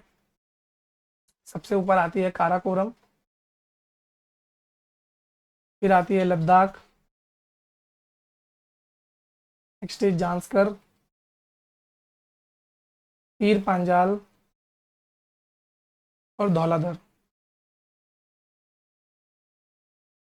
ठीक है, तो ये देख सकते हो काराकोरम, लद्दाख, जांस्कर, ग्रेटर हिमालय का पीर पंजाल, धौलाधर, फिर लेसर हिमालय। उसके नीचे आ जाता है यहाँ पे शिवालिक रेंज, और इधर पे देखिए आप कैलाश रेंज। फिर और मैं आता हूँ तो यहाँ पर देखो गुरु शिखर के आसपास पड़ता है आपका अरावली, ठीक है, जो इंपॉर्टेंट है। फिर यहाँ पर देखो गारो, खासी, जयंतिया हिल्स, फिर ये मिकिर हिल्स भी, पलकाई बम, मेशमी हिल, अबोर हिल। देखो नॉर्थ ईस्ट के तो लगभग लगभग सभी इंपॉर्टेंट है। ठीक है, यहाँ पर आता है आपका राजमहल हिल, क्योंकि यही एक एक्सटेंशन है किसका, छोटा नागपुर प्लेट्यू का। और कहाँ पे जाता है, ये सिलीगुड़ी चौक पॉइंट तक जाता है। ओके, नेक्स्ट चलते हैं अब सदर्न इंडिया की तरफ। यहाँ पे देखिए विंध्याचल रेंज है, सतपुरा, इधर ये देखिए वेस्टर्न घाट की, और ये ईस्टर्न घाट के। तो आप देख सकते हो यहाँ पे वेस्टर्न घाट के जो माउंटेन है वो कंटिन्यूस है, और ईस्टर्न घाट के माउंटेन क्या है, डिसकंटिन्यूस है। पहला इंपॉर्टेंट। फिर यहाँ पे देखिए बाबा बुदान हिल, नीचे देखो अन्नामलाई, ठीक है। और फिर अन्नामलाई की जो हाईएस्ट पॉइंट है, या फिर हम बोल सकते हैं highest point in southern India,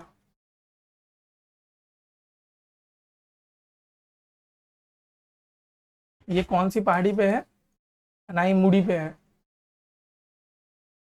clear, Anamudi पे। और ये अनाईमुड़ी कौन से हिल्स में है, अन्ना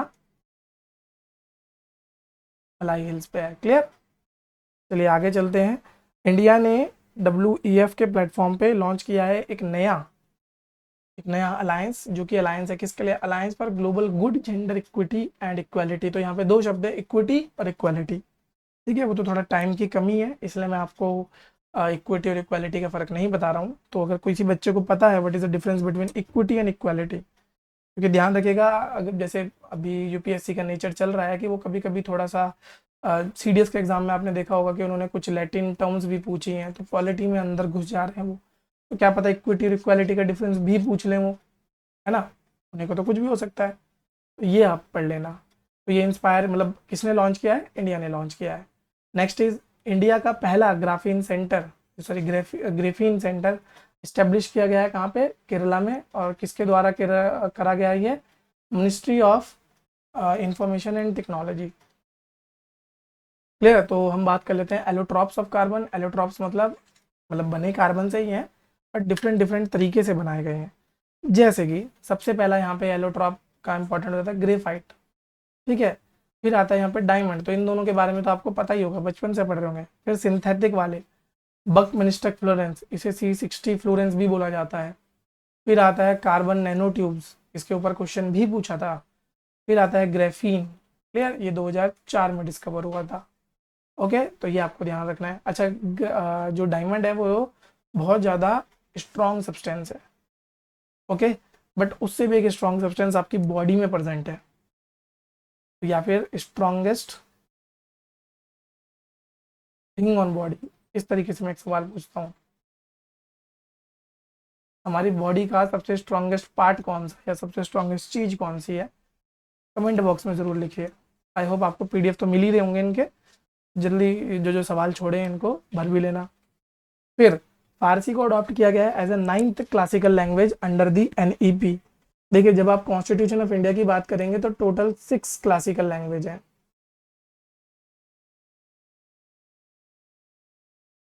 मतलब अभी तक हमारी 6 क्लासिकल लैंग्वेजेस थी। अगर हम बात करें एनईपी की, तो एनईपी ने इन 6 क्लासिकल लैंग्वेजेस को तो अडॉप्ट किया है, साथ में 3 और लैंग्वेजेस को इसमें ऐड किया गया है। तो इन 6 क्लासिकल लैंग्वेजेस में कोई चेंज नहीं हुआ है, ये एनईपी के अंडर है। इससे होगा क्या कि जब पढ़ाएंगे तो उनको इन क्लासिकल लैंग्वेजेस में भी पढ़ाई करवाई जाएगी। ओके, तो क्लासिकल लैंग्वेज अभी तक इंडिया ने कितने रिकॉग्नाइज कर रखे हैं? 6, जिसमें कि पहला आता है तमिल, फिर संस्कृत, फिर कन्नड़, फिर तेलुगु, मलयालम, उड़िया। क्लियर? फिर उसमें 3 और पाली, पर्शियन, प्राकृत। ये तो आपको ध्यान रखना है। तो पर्शियन ही क्या होती है आपकी? फारसी।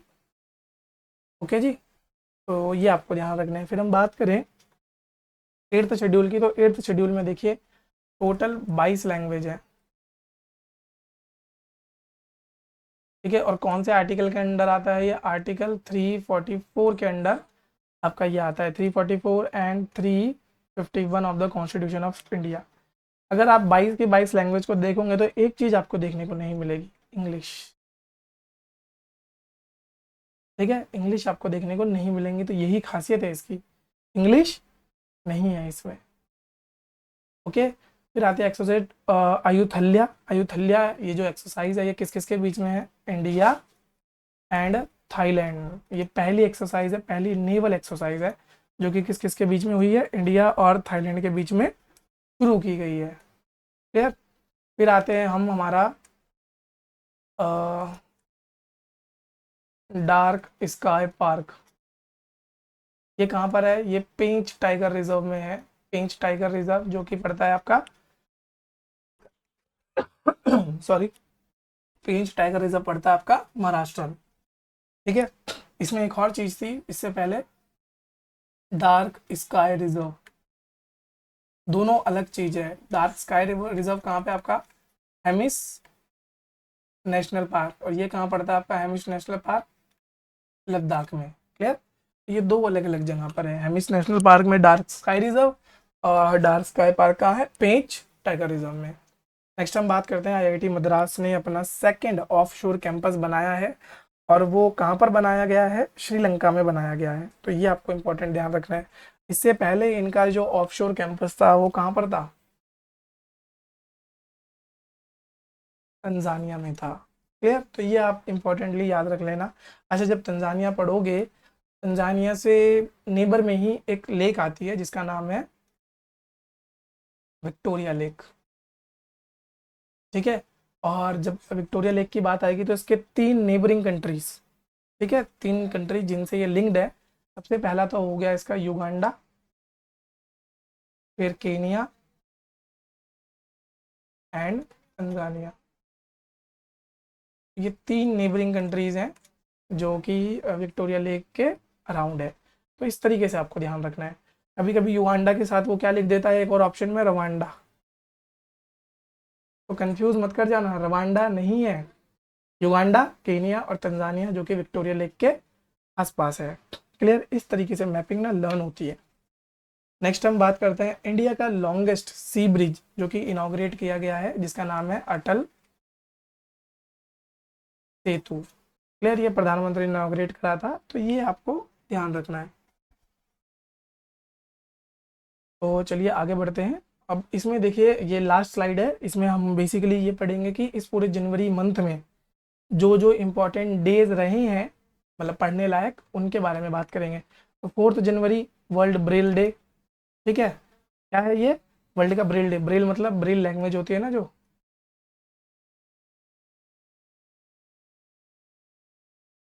बेसिकली किन पर्सन्स के लिए होती है? ये ब्लाइंड पर्सन्स के लिए होती है।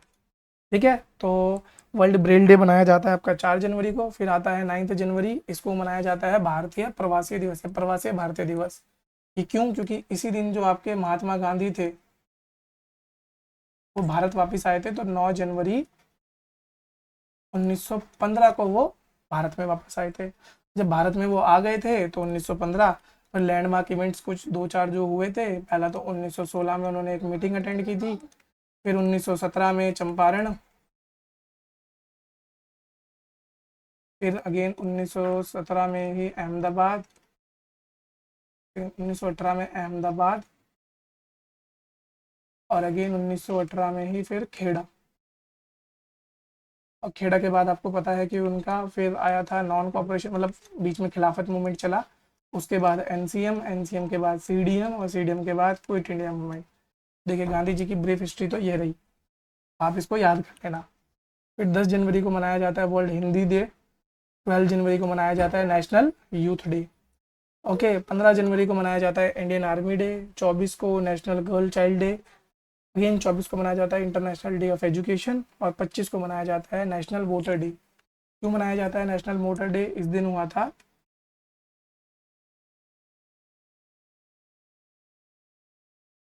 Establishment of ECI, election commission of India, उस दिन बना था। ओके। अच्छा, जब इलेक्शन कमीशन ऑफ इंडिया की बात करोगे तो आई होप आपको याद हो कौन से आर्टिकल के तहत इसको बनाया गया था। आर्टिकल 324 से लेके 326 तक है। ओके, तो ये आई थिंक 2-3 आर्टिकल हैं जो इलेक्शन कमीशन ऑफ इंडिया से रिलेटेड है। तो चलिए बच्चों, आज का लेक्चर यहीं पर समाप्त होता है। I hope every one of you enjoyed it, और आपको समझ आया होगा जो जो मैंने चीज़ें आपको समझाने की कोशिश करी हैं।